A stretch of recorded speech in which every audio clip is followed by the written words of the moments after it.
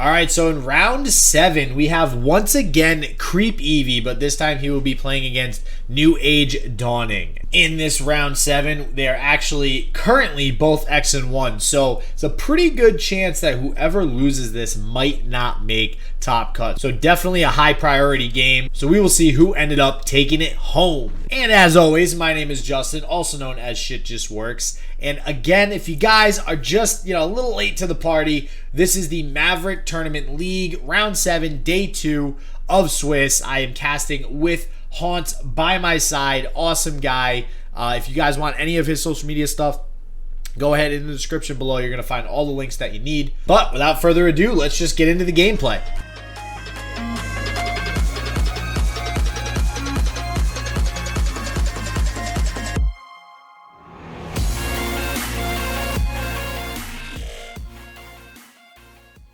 Most of the time when I saw elusive, it was kind of like that mono Ionia with Freljord. Yeah. Maybe the a little bit of Freljord tech there. So this deck has come up a lot more recently. So that Freljord deck is still a top deck. People play it. We've seen it in this tournament. This Crimson Elusive deck I actually prefer over Burn Aggro now. That's how fast it is. Yeah, it's very, very fast. I think Katarina is definitely an interesting tech choice. I mean, it's also a one of, which kind of strikes me as odd. So he's obviously not relying on the Katarina, but this is a very common deck list for this version of playing the Crimson Elusives. Basically, you just want to try to bounce as like the Imperial Demolitionist as an example. Huge card to bounce back to your hand and then play on another Crimson Disciple. That's 8 damage. I mean, that's incredible. So it can get pretty fast and pretty dangerous, and I love that deck actually better than Burn Aggro right now.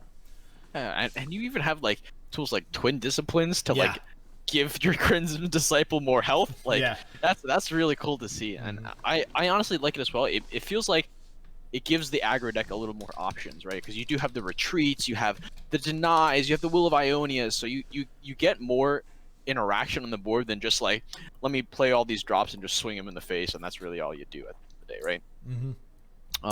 But looking at the Ezreal deck, honestly, I'm not gonna lie, I really do prefer the Ezreal's, like Frosted Ezreal, compared to the Ezreal Ionia lists. Mostly because you like all the freezes, all the archers, the marksmans, you get a few more procs with the archers and marksmen, obviously, for the Ezreal, but just the extra control you get with harsh winds, with the brittle steels, with the flash freezes. I feel like overall it slows the game down more for this Ezreal to come online versus, maybe you get like a deny or like a Will of Ionia where your opponent's just gonna play the card that you Will of Ionia back the next turn anyway. Yeah, and I agree with you 100%. Ever since Karma kind of took that hit to 6 cost as opposed to 5 cost, it's a little bit more difficult to get her on the board. In addition to an Ezreal on the same turn, to just have that glorious game plan come to light of playing your whole hand and having like 70,000 spells go off in one turn. So the Frosted Ezreal, I think, is much better. The value of Harsh Wind, I think still to this day, people underestimate the value of Frostbite. Frostbite is so underrated. I think it's probably the best combat trick in the game. And actually, we're going to get into the gameplay right now because it just started. So let's load this bad boy up. Yeah. And looking at NewAgeDawning, he actually, luckily enough, he typed out the bans for us in chat to creepevee. So hey, there we go. A little bit of insight. It looks like the elusive burn was banned out, and it was the Karma Ezreal that got banned out on the opposite side. So no more Karma Ezreal, but we do get to see the Ezreal Sejuani, which I really do like. We don't usually see the Ezreal squeak out most of the time.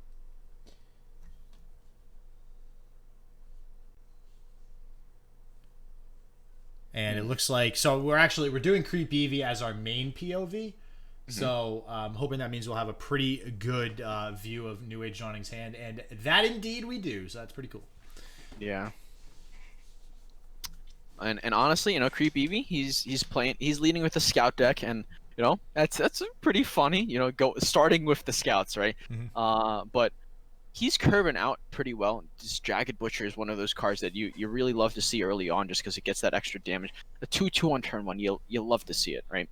But NewAge, his hand is pretty solid, but I wish there was a little more card drawing. Like he doesn't have many great options, but he does get to slow this game down a good chunk with these Ice Veil Archers, You know, with this Static Shock in hand. Static Shock is such a fantastic card just because it gets those 2 triggers on the Ezreal, right?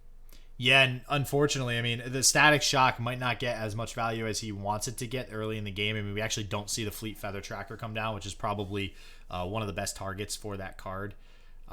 Overall, I mean, who do you think is going to have the advantage in this matchup, the Ezreal or creepevee? Ooh. I definitely think it depends on like the stage of the game, right? Especially if creep can kind of start getting on the board online by like turn 6, turn 7, Yeah. has that large amount of tempo, then he should be able to kind of seal the game by turn 8, turn 9. But if NewAge does find his spells that he's starting to find a little bit, he has that get excited, he has the Static Shock, he should be able to kind of keep the game to a pretty slow pace. Although this Misfortune is not the greatest card to see, he's most likely going to have to use this get excited now to deal with it. Yeah, Misfortune, we've seen in the last few people that we've watched now that Misfortune is definitely a priority target. It doesn't really matter what matchup. She's just incredibly strong. I mean, that AoE damage to the field and the Nexus, it plunders, Jesus, can't talk. And, those 1 health blockers like this Iceveil Archer, it just completely wrecks and doesn't allow for any good, solid trades. So definitely, I think, a good call by NewAgeDawning getting rid of it this early. Yeah, for sure. I will say, though, I think the toughest part about this matchup overall is that there aren't really great units to get the Static Shock off on, right? There aren't, like, maybe outside of like the Fleet Feather Tracker, but or like the Valor that Quinn summons, right? Yes, maybe and maybe potentially you proc the shield off of the Brightsteel Protector effect, but outside of that, you're just using that to squeak in like one damage on like a 2 health, 3 health unit. Yeah, and I will say it's interesting. So NewAge is playing this version with the Puffcat Peddler. I've seen a lot of Freeze Ezreal with Sparkling yesterday, so I'm not, I'm very familiar with the deck, but Puffcat Peddler was not a decision that most people decided to play. So honestly, just looking at the field state now, it seems like a decent option. It trades really well with a lot of different things, and I think that for a 3 attack, 3 health follower, it actually does work. So I'm curious to see if this Puffcat Peddler is going to make a difference here in the beginning of the game. Yeah, I think just the 3 mana 3/3 is just well statted, like you mentioned. Plus overall, like being able to just get those extra mushrooms for that little squeak bit of damage, right? A lot of the times we talk when we see the Ezreal deck, they want to make sure the opponent wants to be over that 16 health range is what I like to say, like that 15-16, because that's when you are out of the burst of like the chump wump mushrooms plus like a mystic shot or 2 to get that damage out overall, right? So I feel like now that creepevee is sitting at that 17, it doesn't really matter all too much, but once he drops down to like a 10, he has to really start worrying.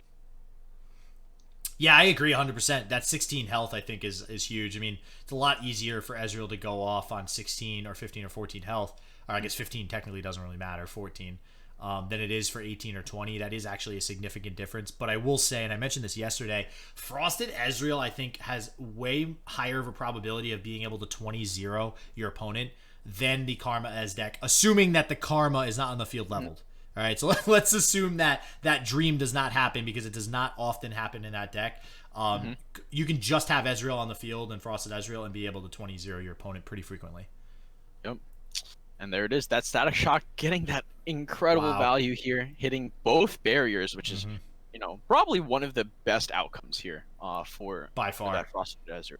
Yeah, I mean, we were talking about Fleet Feather Tracker and stuff. He's like, nah, guys, you get on my level. Like, you need to be Static Shock and 2 barriers. That's the way to go. Yeah, and now he's also getting this Mushroom Train rolling. Gets the Brittle Steel, love to see it, and he gets the second Peddler. Like, this is just a really fantastic situation overall for NewAge. And heck, you could even just swing with this 3/3 and Brittle Steel the 3/2, right? Like, and just load up those mushrooms as much as possible. Now, Genevieve is in creepevee's deck, and that's a card that I'm glad he drew it. I'm curious to see how it works right now. We saw it in one other game that we casted yesterday. We're seeing it in the Scout decks, obviously, more than the regular Demacia decks, but it's basically like an alternative to Cytheria, right?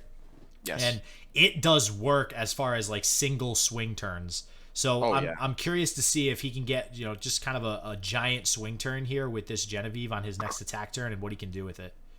Yeah, it's basically Windfare Hatchling, but in a different class, right? Yep. So it can be really impactful, especially in the scout deck, which is all about dropping all these small units that are gonna just scout and get all over in your face, right? Mm-hmm. Especially with those island navigators, stuff like that can really start making out of hand. But a second Static Shock for 2 1-health units. This is another great turn, but not with the Genevieve right there, like you mentioned.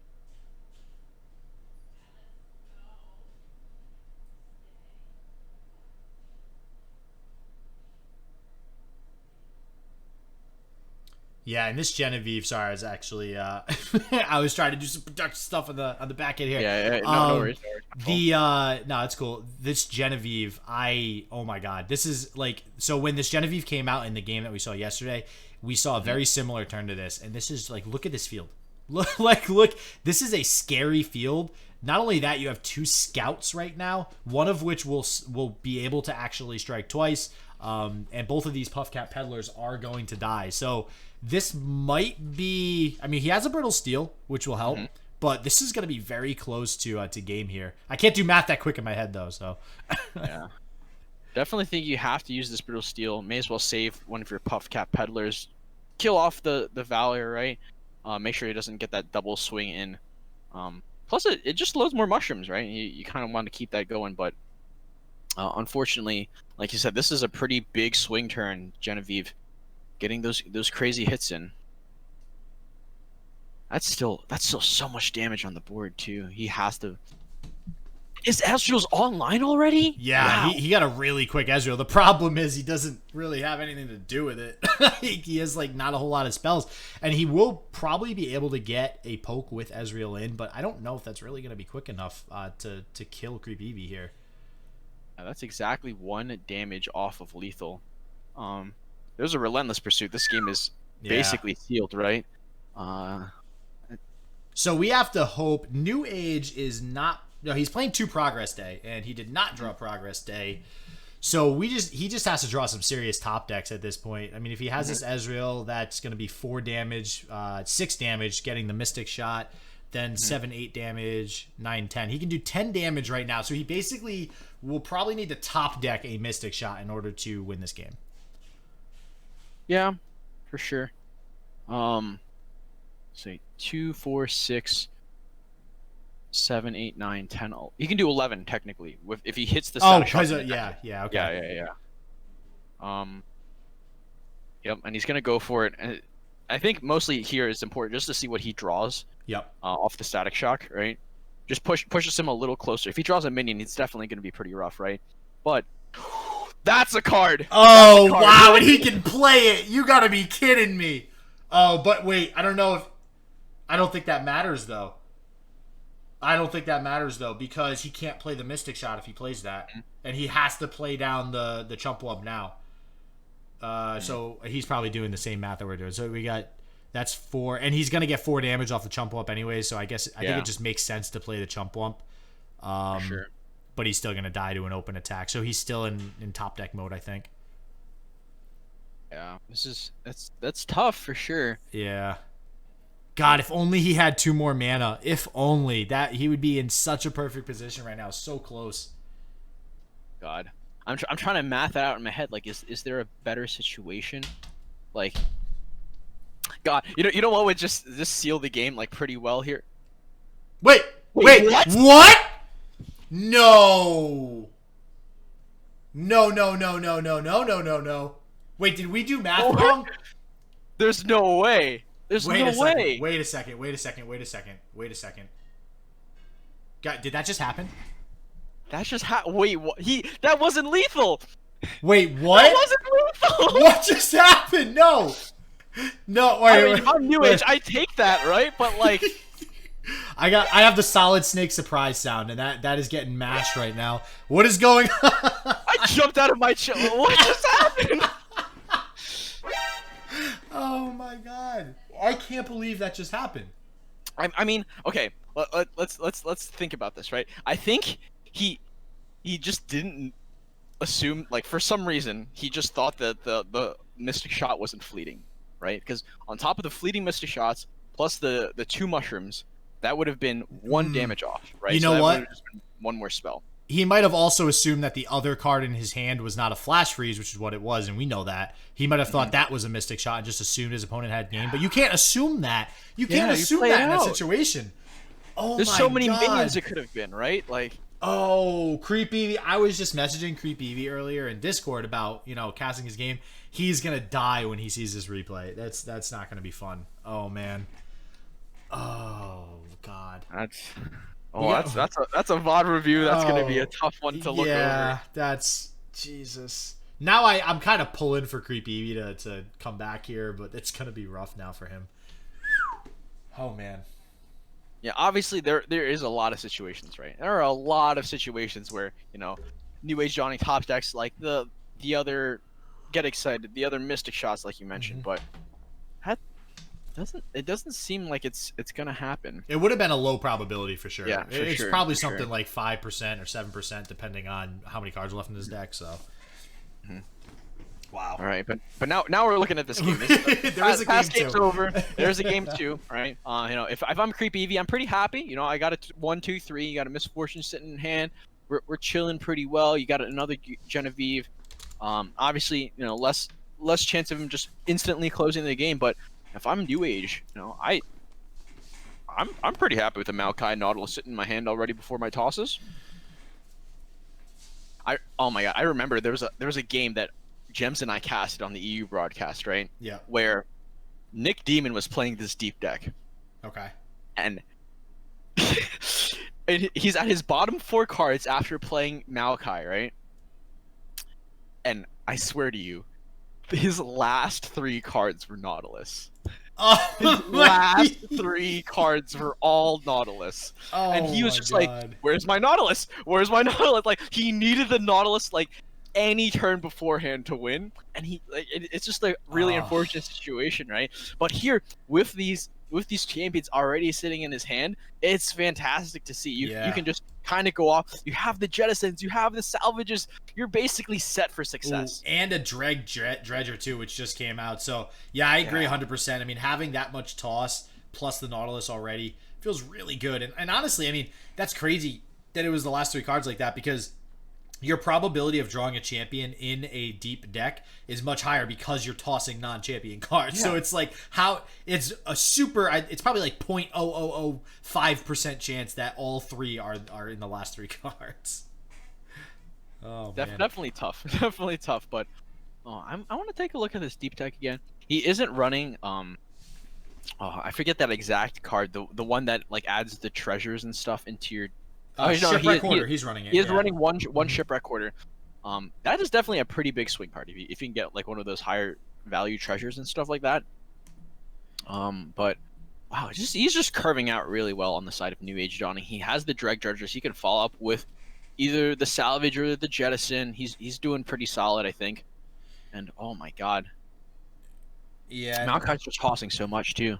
And it's interesting too, just with the way that he has decided to build his deck. He's got 2 Withering Wail. He's got 2 Vengeance in here, obviously on top of the 3 Vile Feast.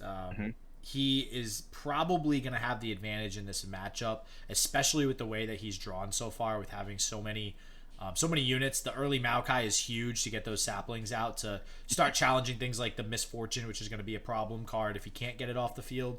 So I do think he has the advantage, but it's going to depend on if he can, in fact, get rid of this Misfortune, and we'll see if he's able to do that here. I actually really would have preferred that Valor pulled in the Maokai. He was thinking about it for a second.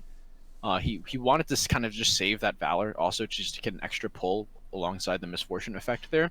But this would have cleared the Maokai here if he had just used the Valor plus the Laurent Protege as the attacks.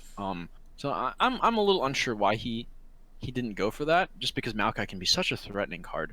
Well, no, I agree 1,000,000%, because now his opponent having that Maokai means that a sapling will be able to come down next turn and challenge the Misfortune, which means it's much more likely that his Misfortune is going to die to a Vile Feast There's no Vile Feast currently in the hand of NewAgeDawning, but, you know, with the 3 of in the deck, it's likely to come out, which means this Misfortune might get killed.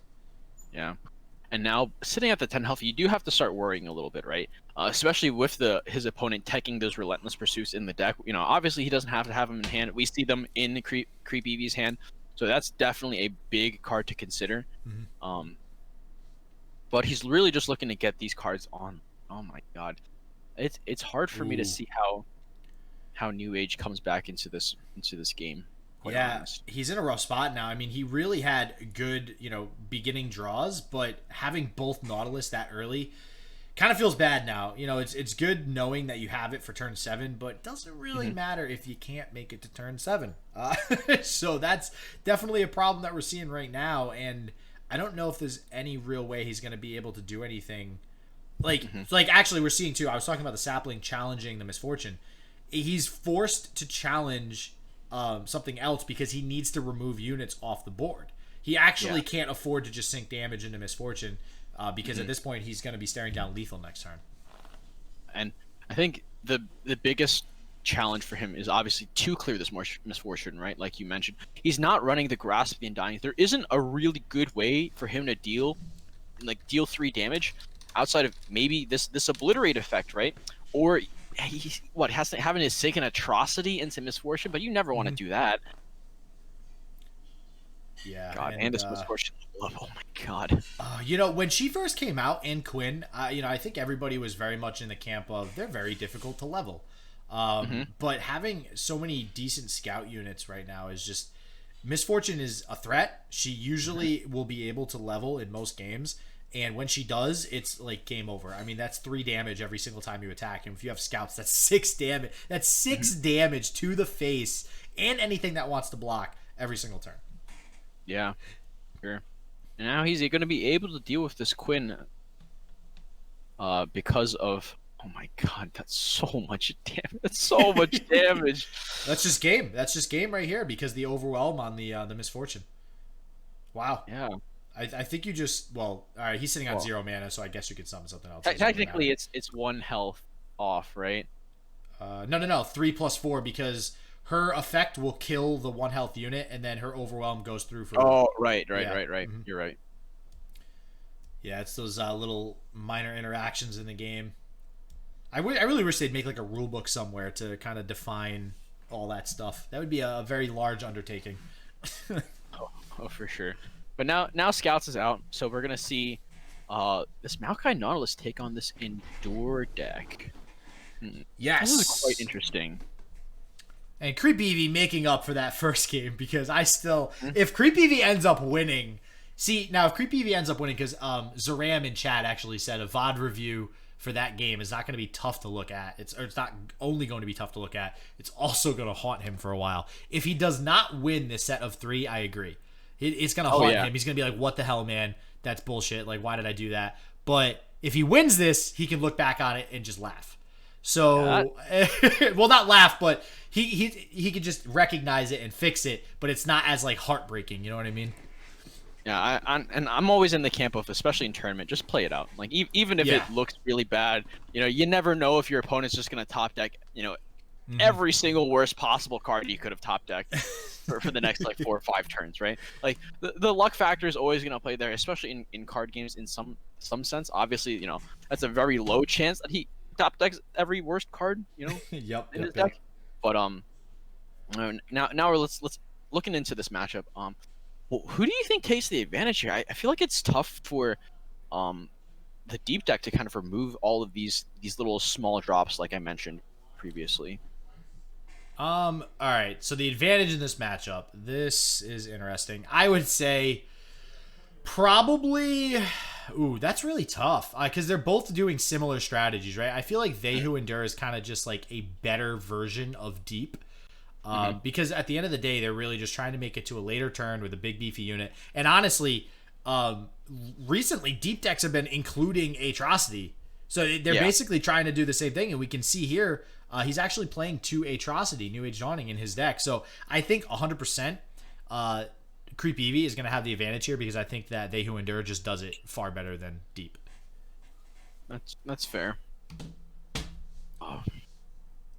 And oh my god, this Jagged Butcher combo, like overall, having a 3-2 and a 4-4 on turn 2, that's the dream. That's the dream. That's what I was talking about earlier. You get this combo off early, it just feels, oh my god, it just feels you can't do anything. Yeah, it's super oppressing. For sure. And now, like, obviously he has this Thorny Toad. He can kind of stem the bleeding. He has this life steal in his hand as well. But you know, compared to last game, the major point here is that he doesn't have that Maokai. He doesn't have that Nautilus. He has to get this ball rolling somehow.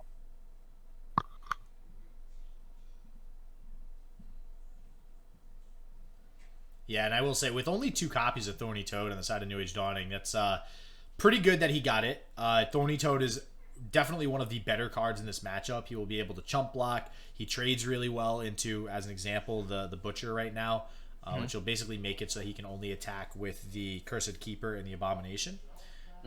If this Callista comes down in levels, which it is coming down, an early leveled Callista is definitely not good for NewAgeDawning, so he's going to have to try to focus on getting rid of that. Yeah. Dead Bloom Wanderer is definitely a fantastic start to do that. Yep. Gets to deal with the Callista, also gets to lifesteal a little bit off of it as well. So most likely not going to be swinging with that. Just to let Callista sit there on the back of the board, let it get that level up that it needs, and then play out. So this is decent for a NewAge too. I'm curious to see if he blocks with the Dead Bloom here, because he could have gotten a missed call off on the Dead Bloom, which is one of the best targets to get with missed call, especially early on. I don't know if I 100% agree with him not blocking there, because going down to 11 puts him like just so quickly within range of a decent sized Dehu Endure. I mean, he does have a lot of heal in his hand with the Withering Wail, but I don't know. That's just concerns me a little bit. Yeah, basically, flashback to last game where NewAge was sitting at 10 health on the deep deck, right? Yeah, it's just a tough spot to be in, especially since you're trying to push this late game. You're trying to make sure that you get to that point where you can go off. But Abyssal Eye, I think, is a pretty solid start. You know, you're starting to get damage into your opponent here a little bit with that elusive tag, but it's tough. I really don't see a great line for NewAge to get back into this game, and I definitely think that it is this matchup partially, right? We talked about it before. I think creepevee definitely has the stronger start here. Yeah, for sure. And the way that NewAge is playing, like I said, I mean, not blocking with that Dead Bloom just seems so odd. I don't know. I mean, he does have a lot of lifesteal, so maybe, he feels comfortable. We'll see what happens here. He will be able to go deep decently fast. I think, is he hovering over? I was hoping that he'd hover over. I'm not sure how close he is. He was at like 13 or 14 when he played the Abyssal Eye there. And I think the issue too is that, I mean, so for creepevee, he's a little worried about the Abyssal Eye, right? So that's pretty much just going to keep being able to attack turn by turn without having any sort of threat. So it's really about if NewAgeDawning can just prevent himself from dying super early here. I mean, he already has a Dehu Endure in his hand. That is Dehu Endure, right? Okay. Yes. I'm trying to. It's so like, because of the picture on Dehu Endure, you can barely even see like a card. You see its neck. Yeah, it's like just this white blob. But yeah, I mean, as long as creepevee, I think that creepevee actually needs to play that Dehu Endure pretty fast because of that elusive. Like, that's gonna force it out very quickly. So we'll see if that's what ends up happening here. I mean, if you have 2 Jagged Butcher combos, I don't really even think he needed that fast, right? Just the pressure on this board overall. 2 4/4s, a 3/2. Like, how is he going to stand? He's going to have to use a Jaw Hunters to block a 4/4. I mean, sure, that's fine and all, but you don't have much. What? It levels up the Callista. Okay. Yeah. Yep. Yeah, you'd be surprised how often people are just vile feasting their own stuff just to get Callista off, especially like a Cursed Keeper. Vile feast on a Cursed Keeper actually feels really good. So, especially when you're leveling up a Callista in the same turn. Now, I'm not sure, though, what Callista gets when it revives something. Do we know what the strongest unit was that was killed? Is the strongest unit killed this turn? Or just no, killed ever, yeah. It would be a 3/2. 3/2, okay, cool. The Butcher, if I remember correctly. Okay, cool. And it's only follower too, not champion. So yeah, it would be the Butcher. Okay. Do you atrocity this Callista? Honestly, I think you do. You honestly, I think you do. And okay, so he is actually playing the early They Who Endure. So I think this is good by creepevee. I think he's recognizing that he needs to put as much pressure as possible, because if he didn't play that They Who Endure, NewAgeDawning actually has decent blocks that he can set up right now, and also a missed call to revive two pretty good units in Jaw Hunters and Deadbloom Wanderer. So I think this is really smart to play this They Who Endure, and this might actually win him the game with NewAge already being at 13. Oh yeah, for sure. Especially with this fearsome tag, a couple others. Yep, 3-2 gets revived there as well. Oh, this is tough. This is tough. He even needs to save this Abyssal Eye just to continue getting chipped, but like at the same time you can't, right? It's just so much damage. Yeah, you pretty much have to block with this Abyssal Eye, I feel. Wow, he's actually so... And, I mean, there is no Atrocity, and NewAge does have a lot of tools. Like, he does have a Vengeance in hand if he absolutely needs to play it. I do think we see the missed call come out here, maybe even both of the missed call. Now, I actually don't know how that interaction works. If he plays both missed calls, is he guaranteed to get both units, or can it pick from both units twice? Pick from both units twice. Okay, so... It's just the pool of minions there. Okay. Now, see... He got the Jaw Hunters, and I can see the look on his face on his stream. He really wanted the Deadbloom, and that's why he shook his head, and that's why I think he should have played it far earlier in the game, because he was guaranteed to get that Deadbloom with that block. So I do think that was a mistake earlier in the game, and he would be much healthier right now if he had done that. Yeah. I feel like the Jaw isn't too bad, just because it does challenge this Callista to get it out of the way, right? Yeah. And it's tough. Does he need to play Vengeance this turn? I'm trying to like math it out in my head because of the fact that he only has that 3 health. I feel like he needs to play the Vengeance this turn to kill the They Who Endure, and then like Withering Wail next turn so he can sustain his health pool. So he's gonna get another Jaw Hunter, and he's probably hoping to get a sea monster that he can play. But like you said, the Vengeance might have to come out. Just so that he has... Or, well, I don't know. Because he might want to be saving the mana for Vengeance for the following turn so he can play it... What? I don't agree with that at all. What just happened? He should... Why didn't he play the Abyss or anything? Why didn't he play literally anything? Literally any of the units in his hand he should have played. Just to get an extra blocker. Yeah. I feel like floating that 7 mana was just...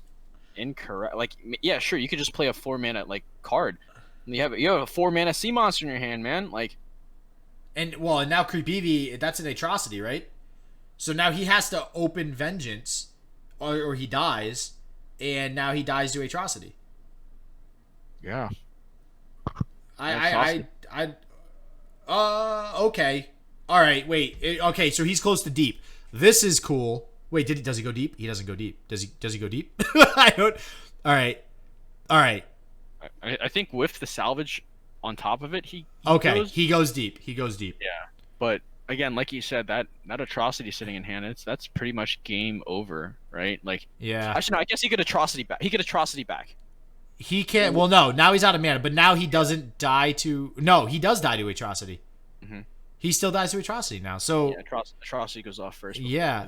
So he had me at first. I was like, all right, maybe his game plan was gonna work out here, but no, it just I don't know why he didn't play anything. That's so weird. Wow, because that's literally if he played the Beast from Below, that's 4 mana, and he still would have had 3 spell mana. So he literally just wasted mana while he was behind on board for no reason seemingly. Wow. And if he had just played the Vengeance that previous turn, his opponent wouldn't have had the mana to just Atrocity right back at him. So like that just denies that out overall. Yeah. We said it before in the previous matchup. You just have to assume they have that combo. Yeah, I that was wow. I just think that we saw creepevee is much better now looking back on that VOD, being like, wow, he should have actually won all 3 of those games. But I think there was a fair amount of misplays that I do think that both people should go ahead and take a look at in those games, and they'll definitely get way better for future games. I think that misplays aren't necessarily a bad thing when they happen. It's an opportunity to learn to basically not misplay again. And I'll tell you one thing, when creepevee sees that VOD, I don't think he's ever going to surrender anymore. He's going to be like, I'm playing out every game for the rest of my life now. For sure. All right, and that'll do it for round 7. So creepevee, we've actually seen a few games of creepevee at this point, thanks to his ability to stream during the tournament, and he has made top cut. So we'll see if he can advance a little bit further in the top cut once we start getting into these top 8 matches, which will be probably after this video and the following day, and we still have the finals interview to go over. So until next time, everybody, stay healthy, stay positive. I hope shit just works for you, and peace out.